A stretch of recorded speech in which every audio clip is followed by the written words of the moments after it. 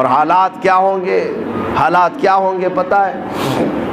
بزرگوں نے فرمایا جب تمہارے اہل خانہ تمہیں دفن کر کے جاتے ہیں تو 3 دن نہیں گزرتے کہ تمہاری ناک سے اور کان سے اندر کی چیزیں باہر آنا شروع ہوتی ہیں، ہمارے پیٹ کا گودا باہر آنا شروع ہو جاتا ہے، اور 8 دن نہیں گزرتے کہ پیٹ پھٹ جاتا ہے، انتڑیاں باہر نکل آتی ہیں، تعفن ہو جاتا ہے قبر کے اندر، اور اچانک مٹی سے کیڑے پیدا کر دیے جاتے ہیں جو جسم کے ان اعضاء کو کھانے لگ جاتے ہیں۔ 40 دن گزرنے کے وقت اس کے جسم کا گوشت تک کھینچ لیا جاتا ہے۔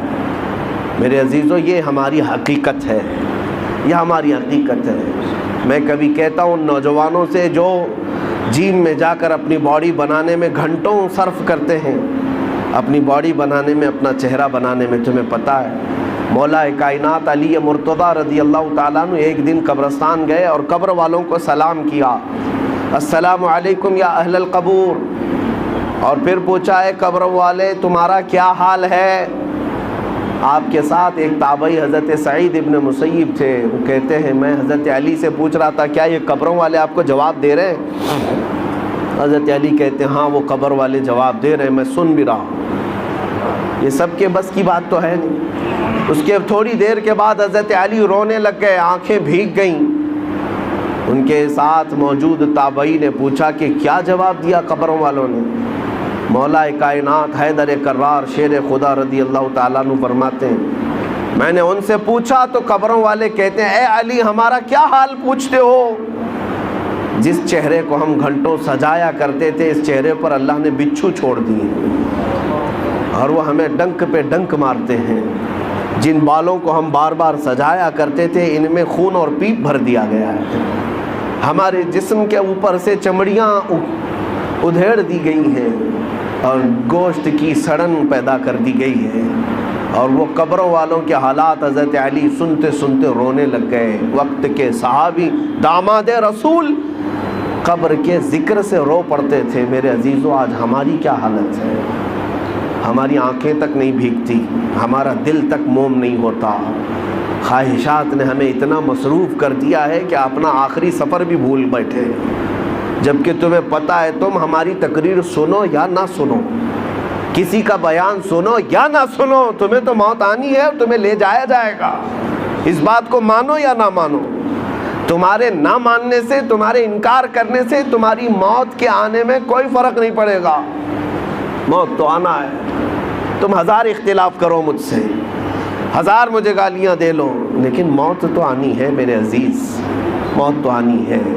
ہم نے بھاری بھرکم جسم بھی اٹھائے ہیں، بڑے پیسے والوں کو بھی اٹھایا ہے، لیکن دیکھ کر کے اس بات کا احساس ہوتا ہے کہ پورے کفن میں ایک جیب بھی نہیں رکھی جاتی، اور نہ ہی ہم اپنے عزیز مردے کو دفن کرتے ہیں تو 5 روپے 10 روپے 100 روپے 1000 روپے کی نوٹ تک نہیں رکھتے، اور رکھنا بھی نہیں چاہیے۔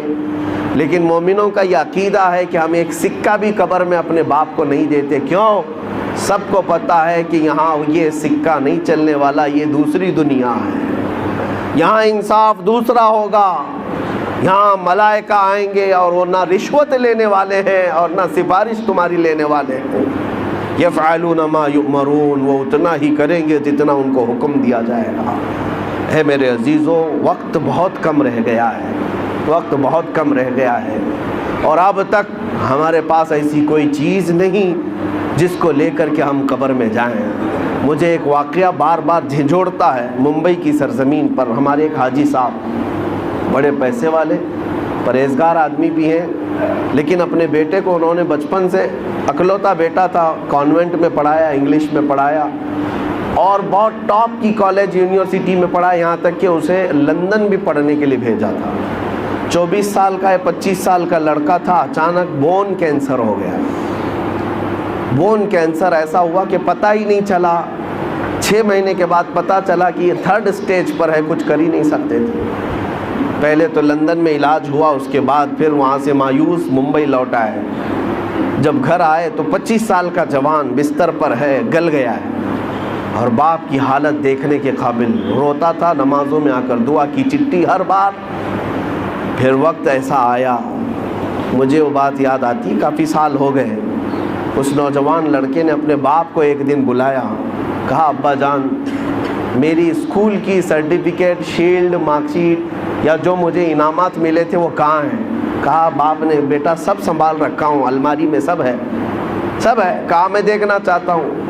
اس کی 7ویں کی، 10ویں کی، 12ویں کی اور جو اس نے مسابقے، جو کمپٹیشن میں شیلڈ لیے تھے وہ سب رکھی ہوئی تھی۔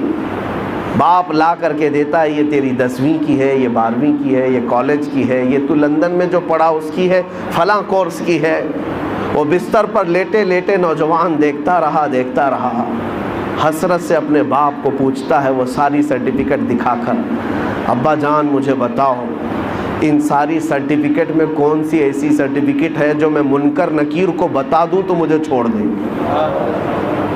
میں قبر میں جانے والا ہوں، میری زندگی بہت مختصر سی رہ گئی، بون کینسر، اب میں بچنے والا نہیں ہوں، لیکن بابا جان مجھے بتاؤ اس سرٹیفکیٹ میں کون سی بتاؤں منکر نکیر کو کہ وہ چھوڑ دیں گے مجھے؟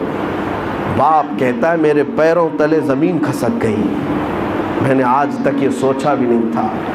میں نے اپنے بچے کو قرآن اور حدیث کی تعلیم تو نہیں دی تھی، مختصر قرآن تو پڑھایا تھا، لیکن کوئی سورہ بھی اسے یاد نہیں تھی، اس لیے کہ اسکول کالج ٹیوشن اور لندن اسی میں رہ گیا پیسے خرچہ کرتے کرتے۔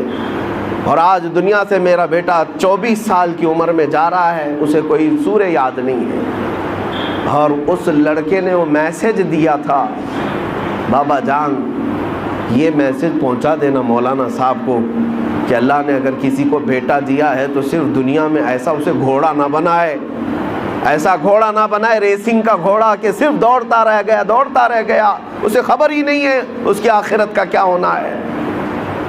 کم سے کم ہر باپ اتنا تو اپنے بیٹے کو دے دے کہ وہ قبر میں میرے مصطفیٰ کو منہ دکھانے کے قابل تو ہو جائے۔ نبی پاک صلی اللہ تعالیٰ علیہ وسلم قبر میں تشریف لائیں اور پوچھیں کہ میرے لیے کیا لایا ہے، تو تمہارا چہرہ کھل تو جائے کہ یا رسول اللہ میں آپ کا ہوں، آپ کے لیے دنیا چھوڑ آیا ہوں۔ لیکن ہماری اتنی حیثیت نہیں کہ جا کر کے کہہ دیں۔ آج تو حالات ایسے ہیں کہ کل میں پوچھتا ہوں، قیامت کے دن ہم سے سوال ہوگا، آپ سے سوال ہوگا۔ اے نوجوانوں، اللہ تبارک و تعالیٰ اگر جوانی کے بارے میں تم سے یہ سوال کرے کہ تیری 25 سالہ زندگی تھی، جب تو 20 سے 25 سال کا تھا، 25 سے 30 سال کا تھا، تیرے پاس طاقت تھی، قوت تھی، تو جوان تھا، اس وقت تو کیا کر رہا تھا؟ رب تبارک و تعالیٰ کے ہاں ہر دن کا سوال ہونے والا ہے، اتنی بات یاد رکھو۔ حدیث میں ہے میرے آقا صلی اللہ علیہ وسلم فرماتے ہیں اس وقت تک میدان محشر سے کوئی ہٹ نہیں سکتا جب تک اپنی جوانی کا حساب پورا نہیں دے گا، دینا ہوگا۔ تم سے اگر یہ پوچھا جائے، رب تعالیٰ اگر یہ پوچھ لے جب میرے نبی کی شان میں گندی گالیاں دی جا رہی تھی، اے جوان تو کیا کر رہا تھا؟ کیا تم یہی جواب دو گے کہ رات بھر میں گیم کھیل رہا تھا؟ اے اللہ تیرے نبی کو جب گالیاں دی جا رہی تھی، توہین کی جا رہی تھی، تو میں تو کرکٹ کھیل رہا تھا، فٹ بال کھیل رہا تھا، جیم پہ جا رہا تھا، دعوتیں اڑا رہا تھا، برتھ ڈے منا رہا تھا، یہی جواب دو گے؟ ہمارے پاس ہے کیا چیز؟